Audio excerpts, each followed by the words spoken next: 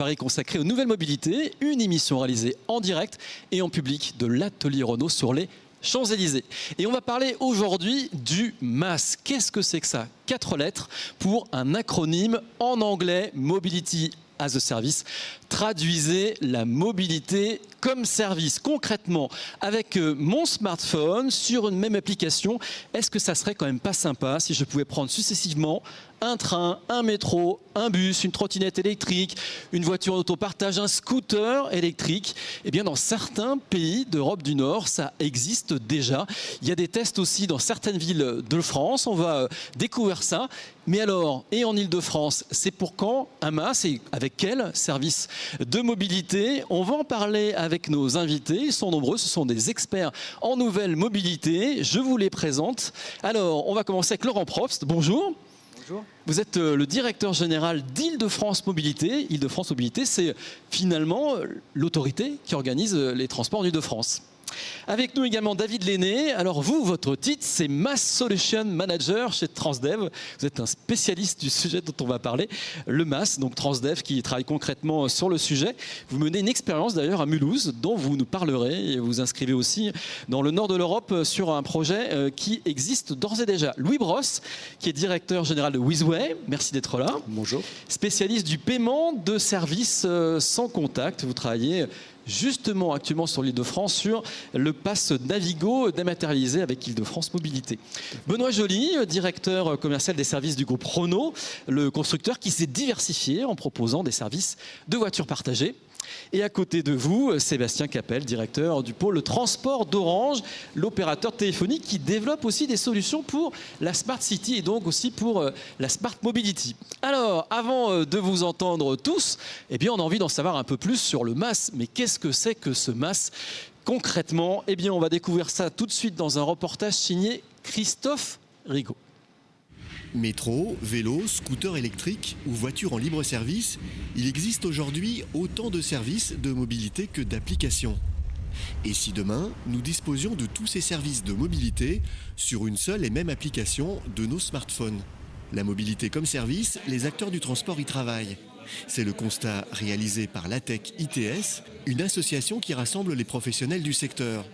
Ils ont longuement abordé la question lors de leur dernier congrès. Sur un même espace de transport, que ce soit la route, le vélo ou autre, on voit bien qu'il y a une cohabitation de nombreux modes de transport et que l'usager aujourd'hui ne se contente plus d'un seul mode. Il est dans une volonté d'avoir toujours une solution de repli très rapide, interactive avec son smartphone. La clé de la réussite d'un service universel de mobilité, c'est la billetterie numérique. Des tests sont en cours en Île-de-France avec un pass Navigo sur smartphone.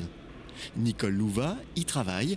Pour cette spécialiste des solutions de transport et paiement sans contact, un bon service de mobilité doit pouvoir simplifier la vie de l'usager.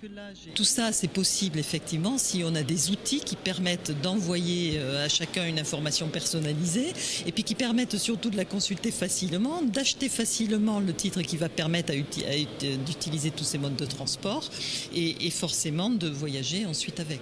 Donc la mobilité servicielle, en fait, ça marchera si le parcours client est facile, fonctionnel et qu'il est utile à tout le monde. Une application cumulant tous les services de mobilité offrirait une alternative à la voiture individuelle.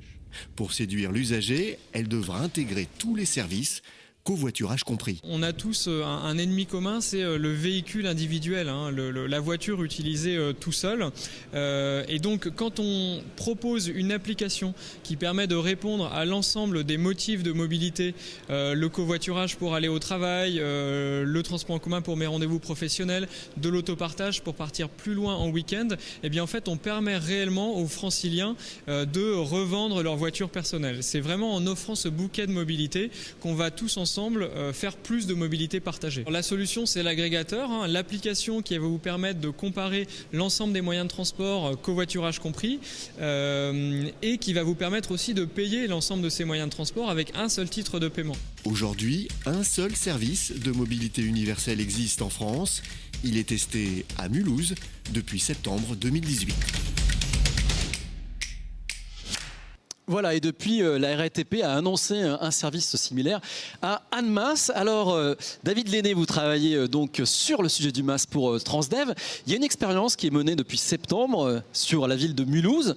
Concrètement, c'est avec un smartphone, je peux l'utiliser pour faire un itinéraire, payer mon billet depuis mon smartphone sur les différentes solutions de mobilité qui me sont ouvertes sur la commune. Alors, bonsoir, oui, concrètement, le compte mobilité Mulhouse, lancé par Transdev fin septembre, qui est le premier MaaS de France, intègre la plupart des modes de transport de l'agglomération de Mulhouse et est un très bon exemple du positionnement de Transdev par rapport au MaaS en tant qu'accompagnateur de la collectivité pour intégrer et déployer le MaaS. Alors, Mulhouse intègre le transport en commun, bien sûr, le vélo en libre service, le stationnement et l'autopartage pour le moment, avec une ambition d'intégrer toujours plus de modes de transport avec le temps. Mais c'est effectivement une première en France basée sur un compte mobilité, le compte mobilité Mulhouse, qui permet aux usagers d'utiliser les mobilités sans se soucier du tarif à la fin, puisqu'en fin de mois, ils sont facturés de leurs usages au meilleur tarif. Alors, c'est un tarif façon forfait ou c'est à l'unité alors ? Alors, c'est un tarif fin de mois, façon forfait, un petit peu, nous avons un ami d'Orange ici, un petit peu comme les opérateurs téléphoniques. J'ai le détail de tous mes usages de mobilité en fin de mois et je suis prélevé en une seule fois en me garantissant le meilleur tarif. Exemple très concret, si je ne suis pas abonné des transports publics, mais que j'ai acheté de multiples tickets qui, à la fin, additionné m'amène au-delà de l'abonnement, on va me ramener au niveau de l'abonnement automatiquement. Et concrètement, c'est sur un smartphone ou c'est une carte magnétique ? C'est quoi précisément ? Concrètement, c'est tout sur smartphone, tout dématérialisé avec accès et paiement intégré. Laurent Prost, je rappelle, vous êtes directeur d'Île-de-France Mobilité. On sent là l'intérêt à Mulhouse, on sent aussi l'intérêt monter en Île-de-France pour ce type de service, puisque tout à chacun peut utiliser une trottinette un jour, peut-être même dans la même journée un vélo, puis prendre le métro. C'est finalement l'usager qui va forcer le régulateur à se lancer un moment dans cette solution. Alors, d'abord, l'usager, aujourd'hui, il sait trouver les modes de transport qui l'intéressent. Mais je pense que l'usager, ce qu'il veut surtout, c'est de la simplicité. Il veut quelque chose qui soit facile. On a d'ailleurs en Ile-de-France quelque chose qui est déjà une bonne démonstration de la facilité, c'est le Pass Navigo annuel. Le Pass Navigo annuel, c'est quelque chose qu'on a dans la poche, on utilise tout le temps, on ne recharge pas. Voilà. Et ce qu'ils veulent, c'est ça. L'enjeu du MaaS, pour nous en Ile-de-France, c'est comment est-ce qu'on amène les gens qui utilisent leur voiture, éventuellement les transports en commun, à utiliser d'autres modes de transport comme le covoiturage, les trottinettes ou autre chose, qui aujourd'hui sont des modes de transport qui sont très peu utilisés, mais qui peuvent être une vraie solution alternative. Alors, on ne va jamais faire en sorte que les trottinettes ou le covoiturage transportent autant que le métro. Mais l'idée, c'est comment est-ce qu'on peut utiliser ces autres modes de transport, ces autres mobilités, en alternative à la voiture et éventuellement sur certaines lignes de transport en commun. Alors on verra tout à l'heure si vous avancez concrètement sur le sujet, mais on a envie de comprendre un peu plus ce qu'est le MaaS. Et pour comprendre le MaaS, il faut avoir en tête que c'est une petite révolution. Si on prend le cas de Renault par exemple, vous vendez des voitures aux particuliers, Benoît Joly, aux professionnels, et puis Renault s'est lancé dans les véhicules qu'on se partage sur des bornes par exemple, on en trouve à Paris. Pourquoi vous êtes lancé ? Parce que vous sentez qu'on est face à une révolution, qu'on va vers le véhicule partagé. Vous voyez arriver comment le MaaS, la mobilité servicielle ? Vous la voyez arriver à grands pas ou comme un tsunami ? Alors, on la voit arriver en effet à grands pas, et en fait la raison pour laquelle on s'est lancé nous aussi dans le partage de véhicules, pourquoi ? Parce qu'on estime qu'avec notre offre de Zoé, notamment de véhicules électriques, on a une des meilleures offres qui permet aux opérateurs de partage de véhicules, de partage de voitures, d'opérer dans les villes. Une offre non polluante, une offre très facile à utiliser, non bruyante, donc on a déjà des véhicules qui sont intéressants. Pour autant, on est aussi intéressé au-delà des véhicules par tout l'aspect opération de la mobilité. Et c'est pour ça qu'on a nous-mêmes mis en place des opérations de car sharing, qu'on a également racheté les sociétés qui nous permettent, comme Marcel, de tester aussi le partage de trajets. Et en fait, on est devenus nous-mêmes, par la force, acteurs des solutions de mobilité. évidemment, ces solutions doivent se connecter au reste des transports en commun, au reste des autres choses qui ne sont pas la voiture. Et c'est aussi pour ça, du coup, que Renault développe ses propres briques logicielles qui vont s'interconnecter pour que nos véhicules puissent s'intégrer dans une mobilité beaucoup plus large, s'intégrer dans un système de paiement beaucoup plus large, ou tout simplement être ouvert à distance par le téléphone pour pouvoir bénéficier d'une opération de partage de véhicules. Louis Brosse, vous êtes directeur général de Wizway, donc qui propose des solutions de paiement, donc avec le téléphone, ces solutions sans contact. Vous travaillez donc actuellement à dématérialiser notre Pass Navigo, notre Sésame, pour circuler en Ile-de-France. La clé, c'est vraiment le smartphone ? Alors, la clé, c'est de juste faire une petite corrective. Effectivement, nous ne gérons pas de paiement. Et on voit bien, d'ailleurs, dans les solutions qui sont en train d'être abordées à Mulhouse et ailleurs, qu'il n'y a pas nécessairement de paiement. Finalement, le client, il ne veut pas payer, il veut voyager.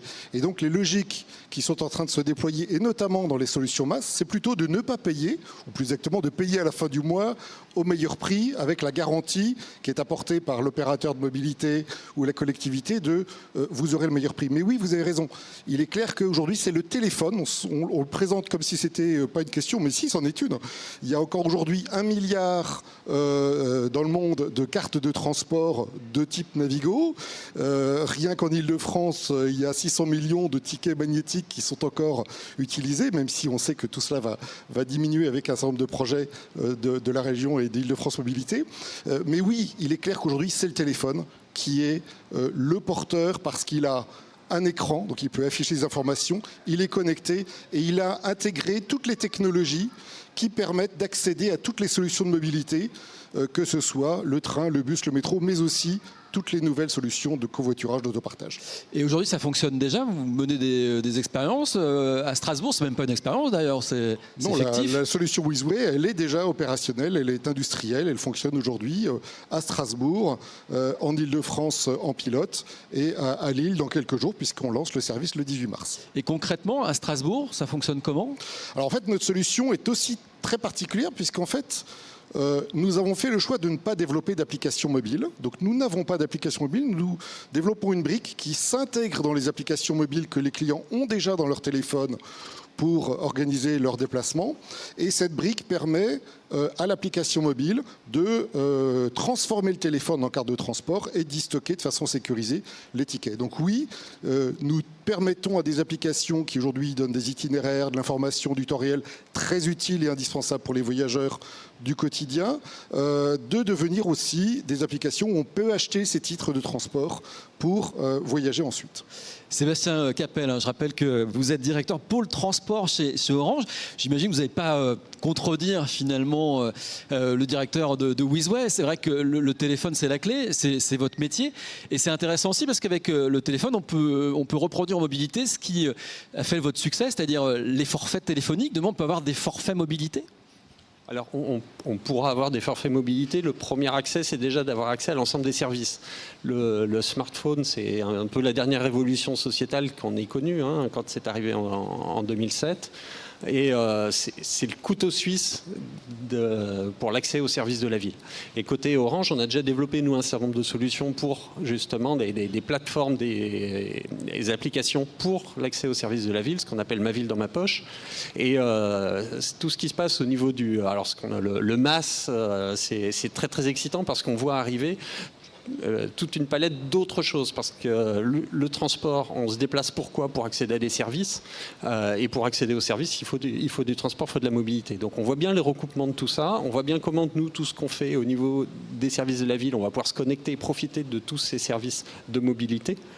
Et puis on voit aussi comment, quelque part, demain, autour de la notion de compte de mobilité, comme disait David, un compte de mobilité, c'est quoi ? C'est une énorme plateforme informatique qui va connecter à plein de services et qui va pouvoir ensuite qu'une personne ait un débit utilise ce service et soit débité pour reverser vers l'opérateur de service. Et en fait, il n'y a pas de raison de s'arrêter au seul service de transport et de mobilité. Et demain, on intégrera l'accès à tous les services de la ville. Et c'est aussi les musées, la culture, les cantines, les piscines, etc. Alors pour revenir d'abord au service de mobilité, on voit bien l'intérêt aujourd'hui pour ceux qui utilisent un coup un scooter électrique, un coup un vélo, on a plusieurs applis. Donc on voit tout l'intérêt d'avoir une seule et même appli pour gérer ces transports. Mais finalement, quelle est la finalité du MaaS? Je propose d'écouter le président de Keolis, qui est un opérateur de transport, filiale de la SNCF. Pour lui, la finalité, ça serait de sortir de l'ère du véhicule particulier. Je propose de l'écouter. Il faut lever tous les obstacles qui font que les gens hésitent à prendre les transports en commun, qui leur paraissent encore un peu compliqués, et ils se réfugient encore sur la voiture, dont l'utilisation est peut-être plus simple pour eux. Le MaaS, c'est une plateforme digitale, en fait, c'est le rêve absolu. Sur une seule application, on vous propose tous les modes de transport, les transports publics, mais aussi les taxis, les VTC, les futures voitures autonomes, les vélos, les trottinettes, enfin l'ensemble des moyens de déplacement. Vous en connaissez le prix, le coût, vous savez où les trouver, vous savez comment les combiner. Vous pouvez acheter bien sûr votre titre de transport par un clic, et enfin, si vous le souhaitez, vous pouvez aller jusqu'à prendre un abonnement, c'est le modèle des télécoms, vous vous abonnez et c'est un abonnement forfaitaire. Une fois que vous êtes abonné, vous pouvez consommer de manière illimitée l'ensemble de ces modes. L'idée, c'est de faire en sorte que vous n'achetiez pas de voiture ou point de voiture et que vous fassiez confiance en fait à ces palettes de solutions qui vous permettent de vous déplacer dans toutes circonstances. Alors, acheter moins de voitures, utiliser moins la voiture. David Lenné, lorsque vous avez travaillé avec les élus de la ville de Mulhouse, est-ce que c'était une des volontés de la collectivité de dire il faut moins de voitures, donc c'est pour ça qu'on met en place cette solution de compte mobilité? Alors, ça dépend ce qu'on entend par moins de voitures. Il faut réduire l'autosolisme, c'est-à-dire la voiture individuelle où je suis seul dedans. La voiture reste et restera un des piliers de la mobilité urbaine, et non urbaine d'ailleurs aussi, avec le transport en commun. Mais il s'agit de la partager et de l'optimiser pour qu'il y en ait moins sur les routes, pour réduire la congestion et évidemment les émissions de CO2. Laurent Probst, ça serait l'idée d'un MaaS en Ile-de-France que de se dire, voilà, l'objectif au final, c'est qu'on fluidifie le trafic, il y a trop d'embouteillages, nos routes sont trop chargées, les habitants perdent trop de temps sur les routes secondaires, les autoroutes. Ça serait ça la finalité ? Alors, pour moi, la première finalité du MaaS, c'est simplifier la vie des habitants. C'est-à-dire leur fournir le moyen de transport qui, pour eux, est le plus pratique et le plus rapide. De fait, comme ça a été dit, ça va ramener beaucoup de gens vers les transports en commun. Puisqu'aujourd'hui, la voiture, pour un certain nombre de déplacements, et notamment les déplacements qui sont dans la zone dense, la voiture n'est pas le mode de transport le plus pratique. Donc ça c'est effectivement l'objectif, c'est l'effet, ça va être de réduire la voiture. Mais je crois que le premier objectif, c'est de fournir aux usagers la solution qui est la plus pratique pour eux. Je voudrais revenir aussi sur un sujet où vous avez dit, c'est quoi le MaaS? Est-ce que le téléphone portable est indispensable pour le MaaS?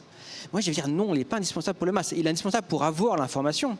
On pourrait imaginer quelqu'un qui, chez lui, sur son ordinateur, souscrit à un ensemble de mobilité, et le charge sur son pass Navigo, et puis utilise son pass Navigo, et puis est facturé à la fin du mois, mais sur l'utilisation qu'il a fait sur son pass Navigo. Et en effet, si on veut décider au moment T où on se déplace de son mode de transport et qu'on veut changer d'avis au moment T, effectivement, on a besoin du téléphone pour avoir accès à l'information.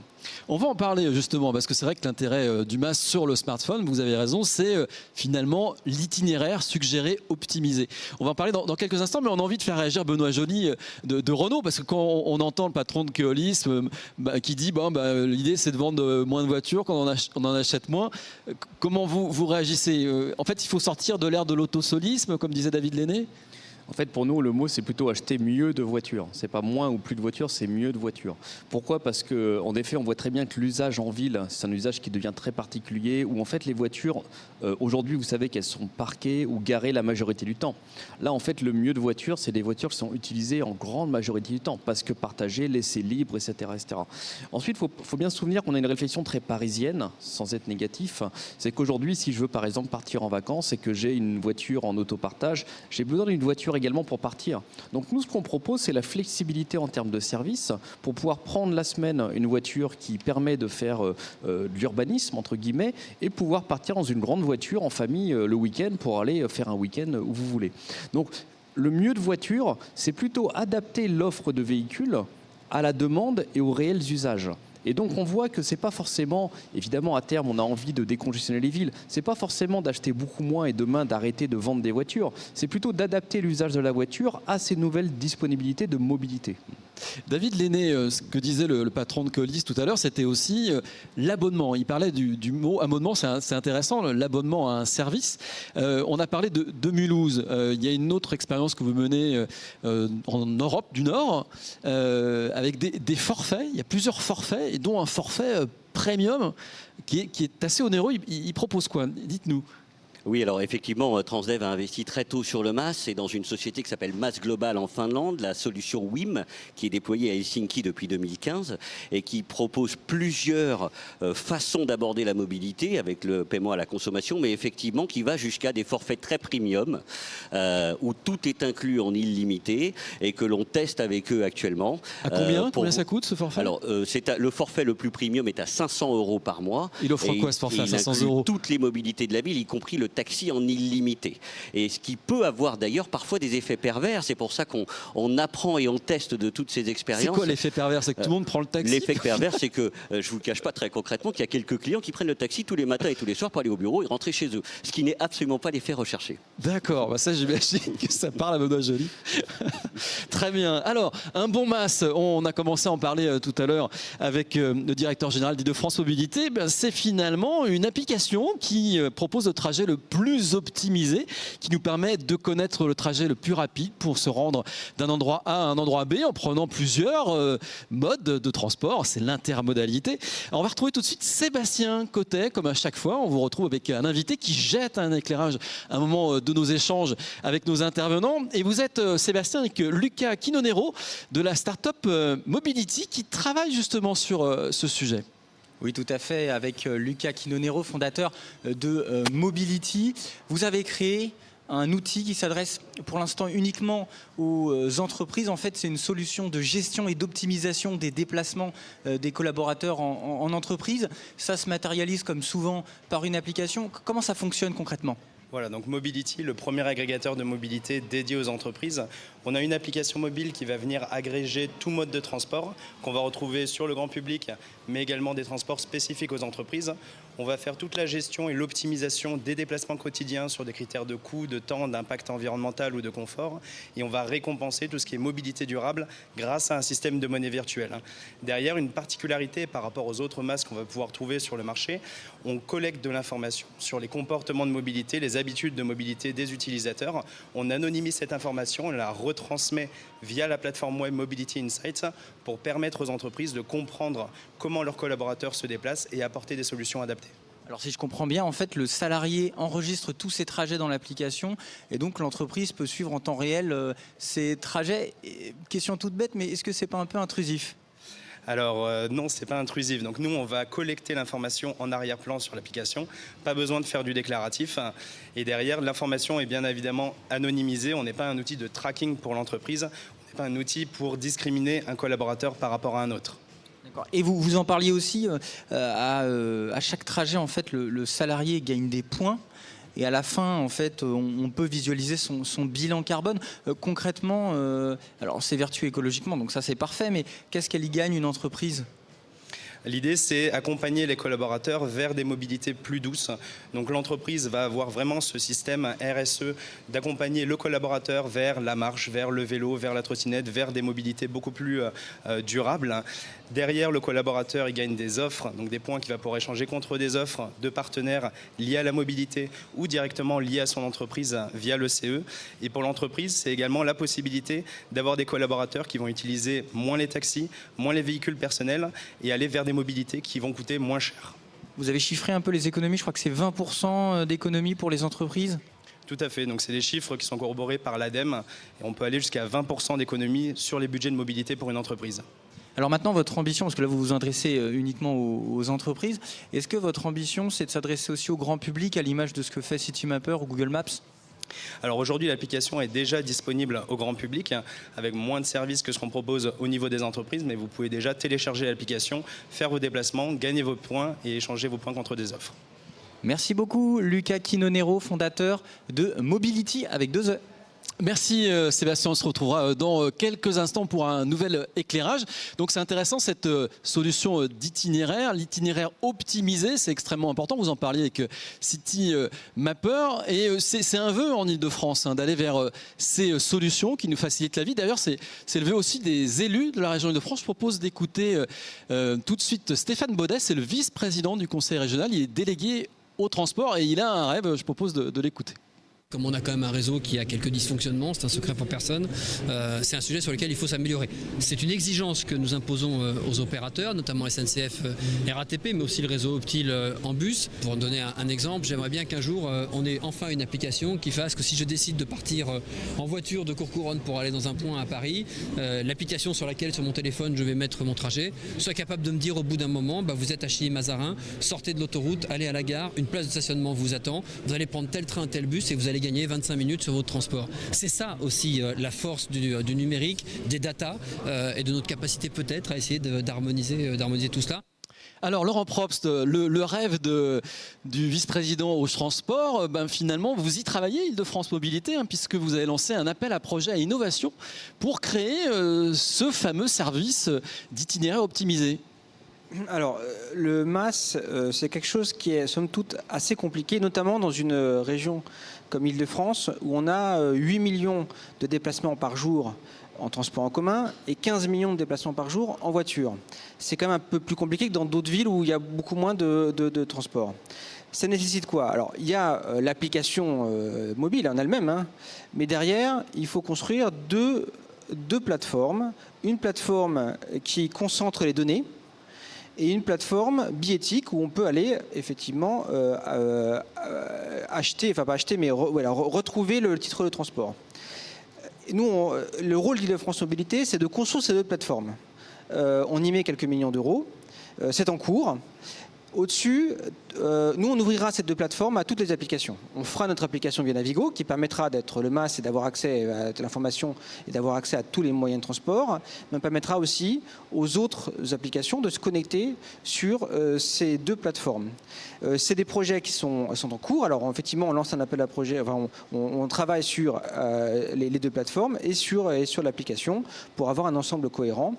On espère que tout ça commencera à sortir fin 2019. Et puis avec des services qui seront de plus en plus importants en 2020, 2021 et pour avoir quelque chose qui est complètement opérationnel avec tous les modes de transport avant les Jeux Olympiques. Voilà, il y a plusieurs entreprises qui y travaillent, des startups, des entreprises de transport, des opérateurs, par exemple je crois Transdev également. Sur la partie données, effectivement, plateforme de données, c'est le plus gros projet européen de traitement de données mobilité. Donc c'est énorme. Plusieurs milliards de données traitées par jour, qui inclut le routier, tous les services de mobilité d'Île-de-France Mobilité. Et donc, effectivement, on accompagne Île-de-France Mobilité dans ce projet sur la partie plateforme données, qui d'ailleurs est un sujet clé du MAS. On parle beaucoup de l'utilisateur, mais le MAS, c'est aussi la réunion de la donnée et donc de pouvoir adapter le transport, le personnaliser pour le client, d'améliorer l'expérience, mais aussi d'optimiser toute l'infrastructure de transport et probablement y trouver des réductions de coûts tout en améliorant la qualité. Oui, Louis Brosse, directeur général de Wizway, vous nous avez envoyé une petite vidéo qu'on va découvrir, où c'est à Strasbourg, où l'on voit aujourd'hui qu'on peut tendre un abribus son smartphone et puis il y a des informations qui nous arrivent, donc les informations de ce fameux MAS. C'est un film promo ou ça existe déjà ça ? Alors c'est un film qu'on a fait il y a un peu plus d'un an, à une époque où c'était ce qu'on voulait faire et rendre comme service aux voyageurs. Et c'est aujourd'hui une réalité puisqu'effectivement, le service étant pilote en Île-de-France, il est opérationnel à Strasbourg et il sera mis en place dans les prochains mois par la SNCF. Donc ça veut dire que voyager de façon complètement fluide d'un endroit A à un endroit B en utilisant plusieurs réseaux de transport, c'est en train de devenir une réalité. Et c'est aussi un des avantages du téléphone mobile, c'est qu'effectivement, il peut transformer le téléphone en plusieurs cartes de transport, en plusieurs types de tickets, de plusieurs réseaux. Et donc, même lorsqu'on n'est pas dans des solutions de mobility as a service, on peut déjà délivrer un service intégré porte à porte pour des voyageurs. Sébastien Capel d'Orange, je rappelle que vous vous occupez des transports sur Orange, ce qui peut paraître assez étonnant parce qu'on se dit ils sortent de leur champ de compétences. C'est un sujet sur lequel vous travaillez chez Orange ? Alors, déjà, Orange fait partie des actionnaires de Wizway. Hein, pour une raison simple, c'est que, et de nouveau, ce que je disais, le smartphone étant vraiment au cœur de tout ça, on est assez légitime de par tout ce qu'on fait et tout ce qu'on propose vers le grand public. Donc après, on va travailler, nous, sur des solutions spécifiques pour les opérateurs de mobilité, où on va apporter toute une palette de services qui va leur permettre de construire, et notamment des éléments comme le compte citoyen qui peut servir de base à une application de type MaaS. Alors depuis tout à l'heure, on parle beaucoup de solutions digitales, on parle de numérique, hein, tout ça est dans un cloud, etc. C'est formidable. Mais il y a un moment, il faut aussi que ça se concrétise et que ce MaaS permette de régulariser, de réguler les transports, les moyens de transport sur le terrain. C'est tout l'intérêt. Je vous propose à ce sujet d'écouter une des dirigeantes de la RATP. C'est Madame Ferrès. On l'écoute tout de suite sur ce sujet, comment on passe du digital au concret. Le MaaS est un concept assez digital aujourd'hui dans la tête des gens, c'est-à-dire plutôt une application qui va pouvoir permettre de réserver, de connecter. Et nous, notre positionnement, notre différenciation et le challenge que nous avons à relever, c'est comment faire ce lien entre le physique et le digital. Parce que le client, il vit tout un parcours, il n'est pas uniquement ou digital ou physique. Donc il faut que tout se suive et donc il faut offrir aussi l'accueil physique et la modalité physique. C'est-à-dire si on veut faire de l'intermodalité, il est préférable que les trottinettes soient aux côtés de l'arrêt de tramway que vous voulez prendre plutôt qu'à 1 kilomètre. Donc comment rendre cette mobilité pas seulement digitale mais également réelle, c'est notre challenge. Nous avons déjà là au niveau du groupe lancé un premier MaaS sur la ville d'Annemasse avec notre filiale RATP Thèves. Sur l'île de France, vous imaginez la taille des acteurs et des opérateurs. Alors nous avons déjà fait plusieurs on va dire expérimentations avec notamment des vélos en free floating et qui se sont positionnés justement à côté de nos plus grandes stations de tramway pendant 3 mois. Ça a fait fureur, donc nous cherchons aujourd'hui des partenaires pour pérenniser ce type d'initiative, ou des partenaires dans lesquels nous sommes actionnaires, ou alors des partenaires autres. Laurent Prost, directeur général d'Île-de-France Mobilité. C'est intéressant parce que depuis tout à l'heure, on parle en effet digital, du numérique, mais le but du jeu quand même, c'est qu'à un moment, il y ait plus de fluidité, que l'intermodalité s'opère plus facilement. Donc c'est un exemple assez concret, hein, qu'au pied des stations de métro, on puisse prendre un vélo, un scoot, etc. C'est la finalité. Toutes les données collectées doivent servir à un moment à faciliter la vie de l'usager. Oui, et du coup, la question, c'est comment est-ce qu'on récupère ces données-là? Et c'est là où le rôle de l'autorité publique qui organise les transports dans une région, dans une métropole, dans une agglo, elle est majeure. C'est-à-dire que l'autorité publique, elle a les moyens financiers pour construire la plateforme pour récupérer ces données. Elle peut exiger de l'opérateur de transport de récupérer les données et les placer là. Et elle peut aller voir tous les autres opérateurs privés pour leur demander de mettre ces données-là. Et en échange de quoi ils pourront, eux, utiliser cette donnée. Donc déjà, il y a un rôle central de l'autorité organisatrice des transports pour justement mobiliser tous les acteurs et mettre les données à l'endroit. Ça fait gagner du temps à tout le monde et c'est très opérationnel. Et puis, l'autre sujet, c'est comment est-ce qu'on accède aux données. Donc il y a le sujet technique, c'est effectivement avec Wizway, développer le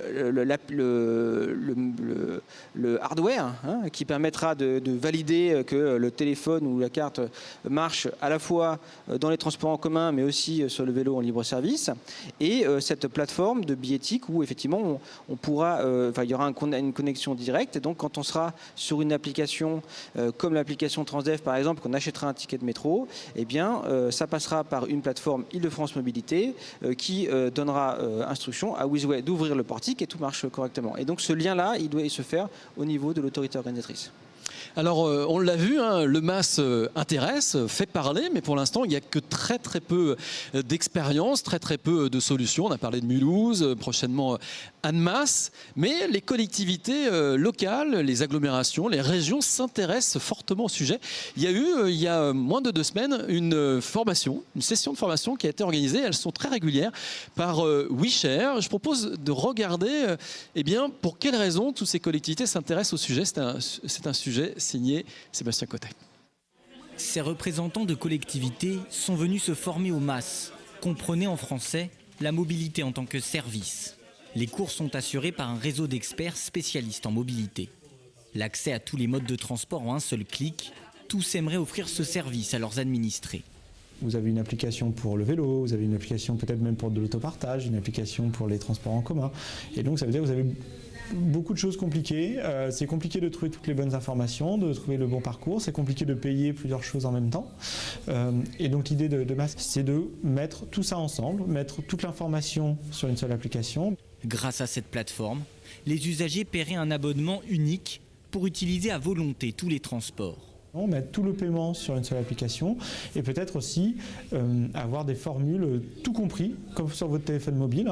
J'ai un téléphone mobile, je paye 30 ou 40 euros par mois et je peux aller sur Internet, je peux passer des appels, tout ça est compris dans une seule formule. Donc la mobilité comme service, ça correspond finalement à cette simplification et cet objectif d'être totalement clé en main pour l'utilisateur.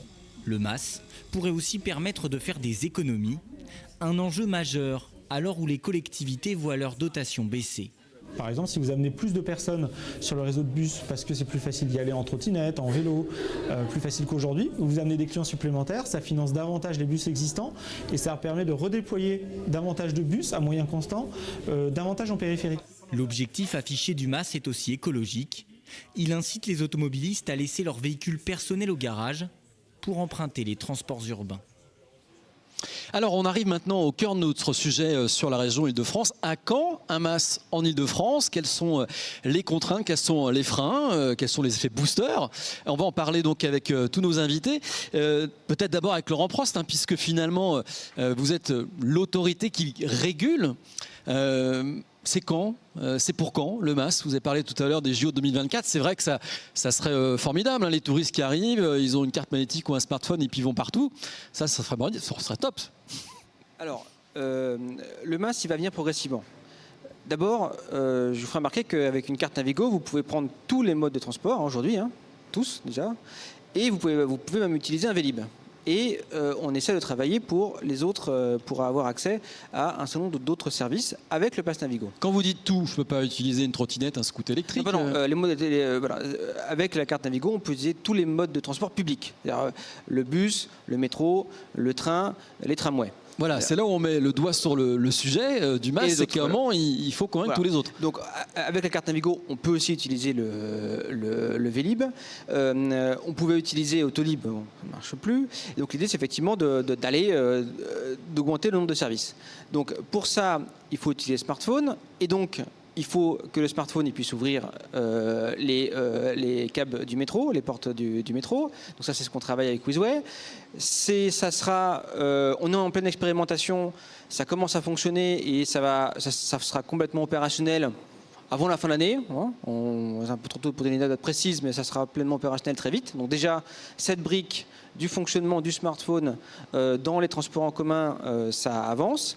La plateforme de données qui est indispensable aussi pour mutualiser les données, elle sera opérationnelle d'ici la fin de l'année. Donc on pense qu'on aura d'ici fin 2019, début 2020, un début de MAS avec un certain nombre de services en plus des transports en commun qui seront accessibles via une application mobile. Et puis, le nombre de services qui seront accessibles va augmenter de mois en mois et d'année en année.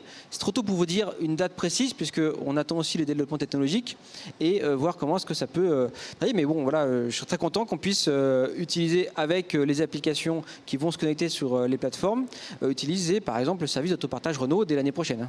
Alors voilà, justement, Benoît Joly, est-ce que vous pourriez intégrer un MAS porté par Île-de-France Mobilité? Alors oui, puisque vous voyez très bien que finalement la voiture est une brique essentielle, malgré le fait qu'elle soit très décriée autour de la mobilité, une brique essentielle de la mobilité urbaine. Et donc oui, on travaille avec les acteurs comme Transdev, on a montré des projets aussi à Rouen, on travaille avec les acteurs comme la RATP, on travaille avec beaucoup d'acteurs pour arriver à interconnecter ce composant dans le reste de l'écosystème. Et je voudrais revenir sur ce côté expérientiel qui est très important pour nous, c'est que à la fin finalement, si on veut arriver à faire en sorte que la personne qui vient au JO en 2024 utilise non pas Google Maps, mais utilise typiquement nos outils interconnectés via l'autorité publique ou pas, il va être très important que tous ces acteurs se mettent à travailler ensemble pour arriver à offrir un service sans couture avec une expérience extrêmement fluide. Ce qui a fait que Uber en France et partout dans le monde a révolutionné ce métier-là, c'est par l'expérience utilisateur. Donc là, même si on résout cette problématique d'un seul ticket, de paiement, de continuité, il va falloir que tous ensemble, au-delà de l'aspect technique, on se penche également à offrir une expérience qui soit vraiment idéale pour le consommateur. Alors c'est un vrai sujet, vous venez mettre le doigt sur vraiment un élément essentiel. On peut en parler aussi avec Sébastien Capel d'Orange. C'est finalement les GAFA, les grands, les Uber. Uber, il n'y a pas très longtemps, a annoncé à Denver, aux États-Unis, qu'ils allaient lancer un MaaS et que le but du jeu, c'est d'aller ensuite vers de la billetterie avec des transports en commun. Il pourra arriver ici Uber avec cette solution. On parlait tout à l'heure de Citymapper qui a déjà cette brique d'itinéraire optimisé, pourrait vendre des billets demain. Est-ce que si tout le monde ne se met pas d'accord autour de la table, finalement c'est les géants des États-Unis qui pourraient venir prendre ce marché ? Alors c'est un vrai risque. Aujourd'hui, on reste quand même sur un transport qui est très subventionné. En France, et à notre sens, les collectivités ont un rôle absolument majeur dans ce qui va se faire et dans ce qui va se mettre en place. On attend d'ailleurs avec impatience tous les détails et les discussions qui vont avoir lieu autour de la loi LOM, la loi d'orientation sur les mobilités, qui sont des discussions qui vont avoir lieu dans les mois qui viennent. Je pense que l'ensemble des acteurs français ont conscience de ça, n'ont pas du tout envie que demain ce soit Google qui vende l'ensemble des billets. Et je pense qu'on va essayer de faire en sorte que ça ne se passe pas comme ça, et notamment avec un rôle très très important de régulateur depuis de la puissance publique, Île-de-France Mobilité en étant un exemple autour de la table. David Lenné, vous êtes d'accord? Parce que à l'étranger, vous travaillez sur des solutions 100% privées. Oui, tout à fait. On est totalement d'accord. Le positionnement de Transdev là-dessus est très clair. J'en ai parlé un petit peu au début. C'est vraiment accompagnateur des autorités organisatrices des mobilités, donc des collectivités, qui pour nous doivent garder la gouvernance des mobilités du territoire et la propriété de la data. Pourquoi cette gouvernance des mobilités? Puisqu'elle est le tiers de confiance qui assure l'équité et l'accès pour tous aux mobilités. Ce qui n'est pas le cas des GAFA qui pourront avoir des enjeux commerciaux avec des partenariats spécifiques avec certains modes de transport. Et l'autre point, c'est que les GAFA, ce qui va les intéresser en France, c'est Paris. Peut-être Lyon, peut-être Marseille, mais tous les autres territoires ne seront pas considérés par ces acteurs-là et ces acteurs-là ne descendront jamais aussi finement que la collectivité en partenariat avec ces opérateurs de transport public qui sont légitimes depuis des dizaines d'années pour organiser les mobilités du territoire, descendront jamais aussi efficacement que cet ensemble-là qui assure l'équité. Et la menace, elle est réelle de la part des GAFA? La menace, elle est réelle financièrement et elle est, j'espère, pas réelle politiquement. Laurent Probst, c'est un scénario noir. Ce serait possible que vous fassiez dépasser par les géants de la Silicon Valley? Alors, ce qu'il faut voir, c'est que les transports publics, qui vont quand même concentrer beaucoup de déplacements en Ile-de-France, sont couverts par le prix des tickets à hauteur de l'ordre de 27%. Ça veut dire que c'est quand même des transports qui sont fortement subventionnés. Donc de toute façon, quelqu'un comme Google qui veut vendre des tickets de métro, il sera obligé de passer par l'autorité organisatrice. Donc je dirais qu'en Ile-de-France, on a le contrôle parce qu'on subventionne massivement. Enfin, on met quand même plus de 12 milliards d'euros par an dans les transports en commun, en fonctionnement et en investissement. Donc c'est majeur. Donc ça, on a le contrôle. Moi, je pense qu'il ne faut pas voir les GAFA comme une menace. Je pense qu'il faut contrôler le phénomène. Il faut qu'on apprenne d'abord à fonctionner à notre niveau. Il faut qu'on apprenne à fonctionner avec Wizway. Il faut qu'on apprenne à fonctionner avec les opérateurs de transport qu'on connaît. Mais ensuite, ouvrir aux GAFA, ce n'est pas forcément un danger. Mais il faut bien contrôler. Il faut garder le contrôle au maximum. Et effectivement, en tout cas, dans un cas comme l'Île-de-France, on a, parce qu'on subventionne massivement, le contrôle là-dessus. Louis Brosse. Oui, je voudrais rebondir effectivement sur ce que vient de dire Laurent, parce que c'est exactement ça. Effectivement, ce type d'acteur ne pourra vendre demain depuis Google Maps, mais c'est vrai aussi depuis Apple Maps ou d'autres solutions, que ce que la collectivité aura bien voulu laisser vendre, sous réserve des évolutions qui pourraient arriver dans la loi LOM. Deuxième élément très important, c'est qu'aujourd'hui, Google Maps, c'est 67% de l'intégralité des recherches d'itinéraires faites depuis sa voiture.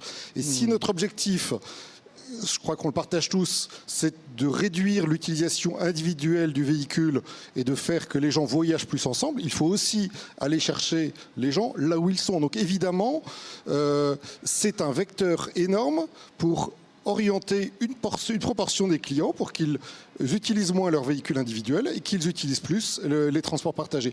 Et effectivement, de toute façon, ce type d'acteurs, ils ont une approche mondiale. Donc de toute façon, ils ne rentreront pas dans le niveau de finesse que l'on peut avoir dans des applications ou dans des solutions locales. Encore que, quand on regarde les itinéraires de Google Maps, bien que ce soit fait mondialement, honnêtement, ils font pas si mal le travail.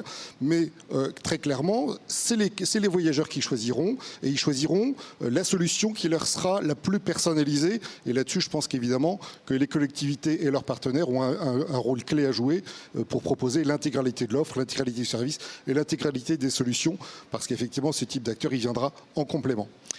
Et l'intégrité de l'offre, vous avez bien raison d'insister sur le sujet parce que il faut penser aussi quand on est sur une région Île-de-France au secteur semi-ruraux, puisque là on parle depuis tout à l'heure trottinettes électriques, mais on les trouve pas obligatoirement en Seine-et-Marne du côté de Meaux ou de Provins. Sébastien Cotet, ça nous amène, je vous retrouve, à parler du covoiturage. C'est un élément essentiel aussi dans le MaaS, c'est une brique à ne pas négliger. Vous êtes avec l'un des acteurs du covoiturage en Ile-de-France, c'est Klaxit. Julien Honard est avec vous. Alors est-ce qu'il a envie d'aller sur le MaaS, Julien Honard ? Justement, on va lui demander à Julien Honard, cofondateur et président de Klaxit. Merci beaucoup de répondre à nos questions. Effectivement, de votre réponse va dépendre peut-être l'avenir du MaaS, en tout cas l'état d'esprit des startups comme la vôtre. Est-ce qu'une startup, est-ce qu'une entreprise de covoiturage comme la vôtre est prête aujourd'hui à adhérer au MaaS? Parce qu'on sait qu'il y a la question de la gestion des données personnelles qui se pose. Il y a aussi organiser tout ça, gérer une application. Est-ce que ça va être une autorité organisatrice, par exemple l'Île-de-France Mobilité? Est-ce que ça vous fait peur tout ça? Alors pas du tout, c'est plutôt même une énorme opportunité pour nous. Klaxit est un opérateur de covoiturage qui a vocation à s'intégrer dans les applications MaaS des collectivités et d'ailleurs des opérateurs privés pour mettre en avant en fait l'offre de covoiturage qu'on a générée et nous amener des clients. Et d'ailleurs on le fait déjà puisque Klaxit est intégré dans Via Navigo dans quelques semaines dans l'application de la RATP. Et donc nous on a vocation à développer un certain nombre de briques technologiques pour faciliter l'expérience utilisateur entre les applications MaaS des collectivités et l'application Klaxit. Typiquement des transitions fluides pour retrouver facilement son trajet dans Klaxit, un compte utilisateur unique, un mode de paiement unique, typiquement pouvoir payer son covoiturage avec le Pass Navigo, c'est l'ambition qu'on se donne. Donc même pas peur? Non, même pas peur, c'est vraiment une opportunité. Encore une fois, l'objectif, c'est de faire en sorte que la voiture ne soit plus utilisée individuellement, mais collectivement. Et pour ça, il faut apporter à l'usager un bouquet de services. Plus le MaaS se développe, plus ça va développer le covoiturage. Alors lorsqu'on télécharge une application comme la vôtre, on est dans le MaaS, dans la Mobility as a Service, parce que c'est un algorithme qui s'occupe du coup qui vous propose un trajet porte à porte, donc un trajet optimisé.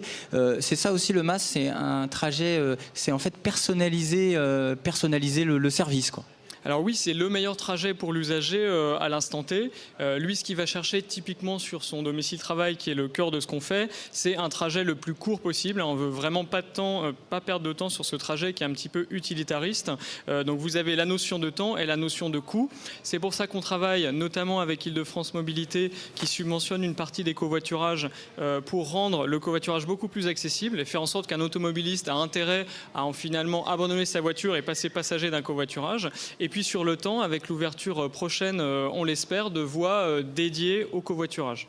Donc la plateforme s'occupe aussi de la gestion du paiement entre les particuliers, parce que c'est vrai que c'est une situation qui peut être un peu gênante. Ça aussi, c'est du service. Oui, tout à fait. Ça, c'est vraiment notre métier, c'est-à-dire être capable de prendre une partie du coût sur l'usager, pouvoir subventionner le trajet par l'entreprise ou la collectivité et reverser ça aux conducteurs et à nous d'entretenir cette communauté de conducteurs qui sont en fait les chauffeurs de bus des zones peu denses de demain. Merci beaucoup Julien Honard, cofondateur et président de Klaxit. Merci, merci beaucoup Sébastien. Laurent Probst, là c'est intéressant le covoiturage, parce que c'est un vrai sujet dans le MAS, c'est vraiment une brique importante.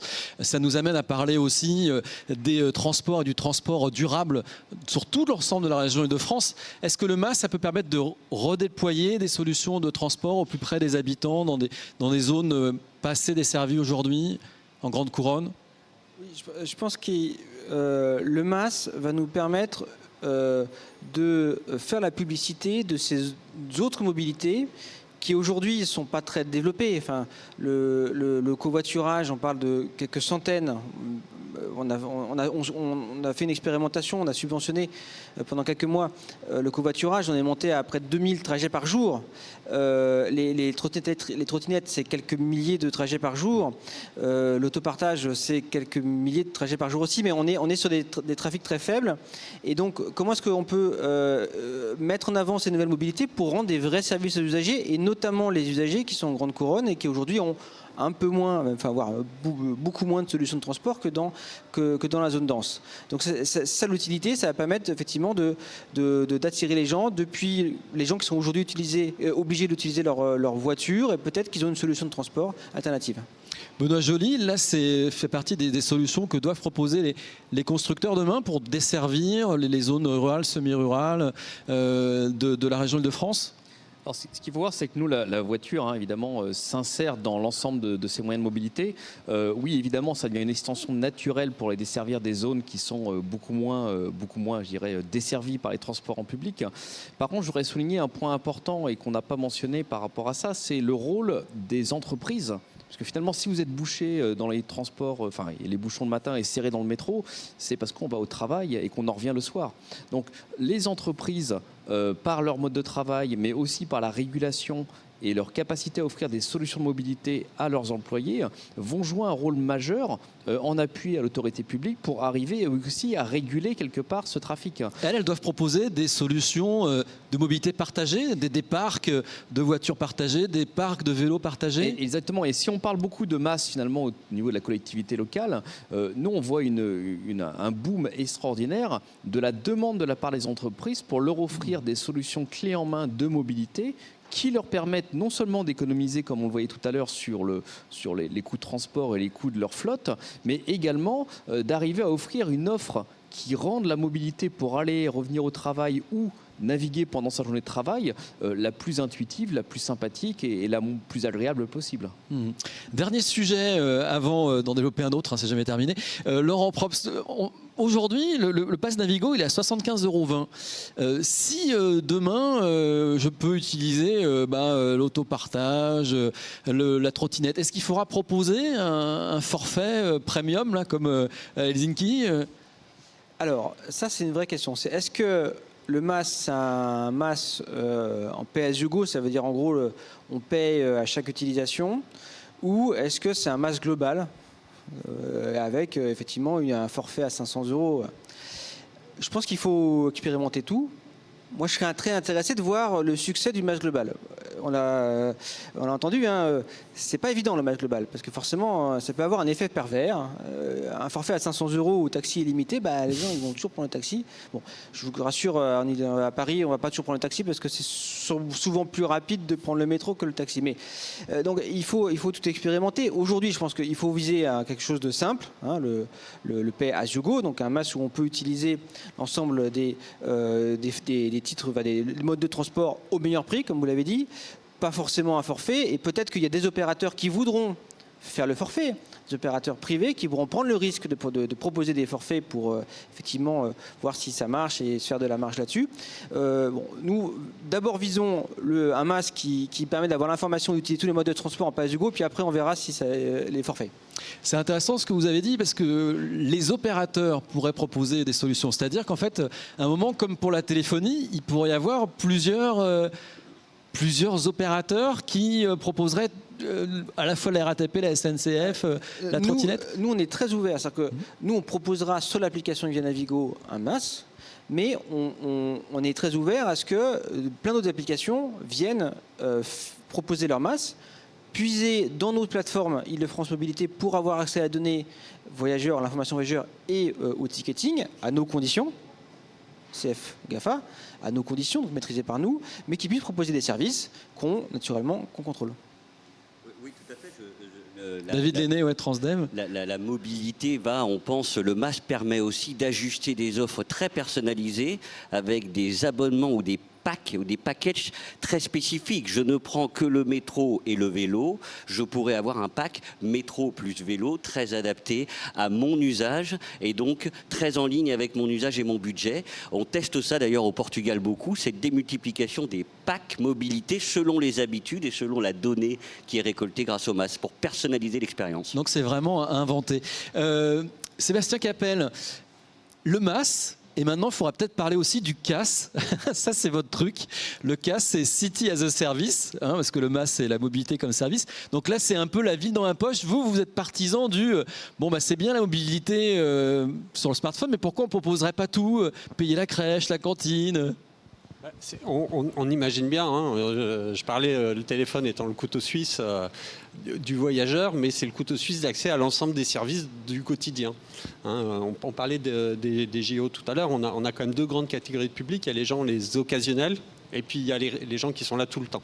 Et c'est quand même le plus gros des usages de la mobilité, et le MAS va viser beaucoup, va tâcher d'adresser les deux types de besoins, mais ce besoin sur les citoyens est très très important.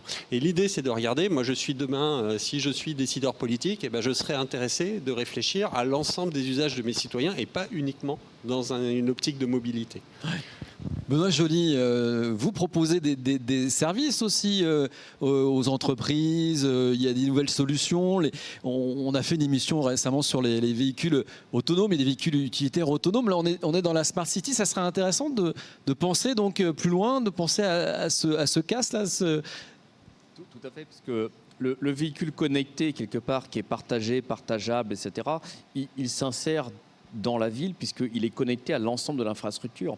Tout à l'heure, on a parlé du fait que je pouvais immédiatement trouver un parking, aller dans le métro, prendre une trottinette. Quelque part, le fait d'arriver à proposer une expérience aussi fluide nécessite que la voiture s'interconnecte également avec l'ensemble des infrastructures de transport, mais aussi de la ville. Et donc, je rejoins tout à fait ce que Orange souhaite faire, à savoir arriver à faire en sorte que l'expérience utilisateur, et j'en reviens, ou l'expérience que l'entreprise offre à ses utilisateurs dans le cas des flottes, puisse être la plus satisfaisante possible, la plus intégrée possible. Laurent Probst, on est au début, là on voit encore d'autres choses. Alors moi, d'abord, je pense qu'il faut faire le MAS. Déjà, ça va être assez compliqué en Île-de-France. On y travaille, on y passe tous beaucoup de temps et un peu d'argent. Après, effectivement, il faut voir. Je pense déjà faire l'application où il y aura tous les modes de transport, y compris les modes privés en Île-de-France. Déjà, ça va être un peu compliqué. Mais c'est un sujet marketing. Il faut développer les usages. L'usage de l'application qui permettra d'avoir accès de façon intuitive à un maximum de services. Et c'est pour ça que je pense qu'il faut qu'on soit très ouvert sur les applications qui pourront utiliser les plateformes que nous mettrons à disposition pour développer des nouveaux services. Et si effectivement il y a des applications qui veulent puiser sur la plateforme mobilité et en même temps sur une plateforme des villes, les plateformes qui seront mises en place par les villes pour les services développés par les villes et des autres collectivités, pourquoi pas? C'est le foisonnement d'innovation qui permettra de développer des nouveaux services. Louis Brosse, finalement, on voit bien, là, on est en train de boucler la boucle. Hein, on a commencé avec le smartphone qui nous permettait ces usages. On voit bien qu'ils sont illimités. Alors, les usages sont illimités. D'ailleurs, effectivement, là, dans un projet qu'on a aujourd'hui en France, on travaille aussi à l'extension du service pour l'accès au service de la vie quotidienne. Donc on voit bien qu'il y a une demande. Moi, je voudrais quand même revenir un tout petit peu sur quelque chose. C'est que aujourd'hui, dans le monde, il n'y a pas beaucoup de villes où on peut acheter et réserver ses transports en commun depuis son téléphone mobile. On parle beaucoup de l'exemple de Londres qui est très intéressant avec le paiement avec sa carte bancaire, mais c'est une expérience qui n'est absolument pas mobile et qui du coup ne bénéficie pas du tout de toutes les fonctionnalités d'information de temps réel. Et donc il y a un problème sur une ligne de métro, on se débrouille comme on peut. Et donc moi je voudrais quand même signaler, parce que nous on travaille beaucoup aussi en benchmark avec ce qui se fait en Asie, avec ce qui se fait dans d'autres continents ou ailleurs en Europe. Moi je trouve que le projet Smart Navigo, en fait, il procède en petits pas et en étapes, mais il a une vraie ambition. C'est-à-dire que d'abord, effectivement, donner la possibilité d'acheter ses billets de métro, de bus, de tram depuis une application mobile ou plusieurs, et puis de voyager simplement, c'est ce que font aujourd'hui des acteurs comme Uber, comme Lyft et d'autres dans d'autres solutions de mobilité. Et c'est vraiment indispensable de faire cette étape-là. L'étape suivante étant évidemment d'intégrer les autres solutions de mobilité. Mais c'est vrai que traitons déjà les 99% des usages du quotidien. Il y a plus de 3,5 milliards de personnes qui prennent le métro tous les ans en Ile-de-France.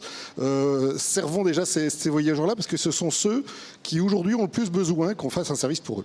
David Lenné, un dernier mot, puis l'émission se termine. Oui, non, juste pour conclure sur la ville dans ma poche, effectivement, l'élargissement au service de la ville, parce que les services de la ville sont interconnectés avec les mobilités.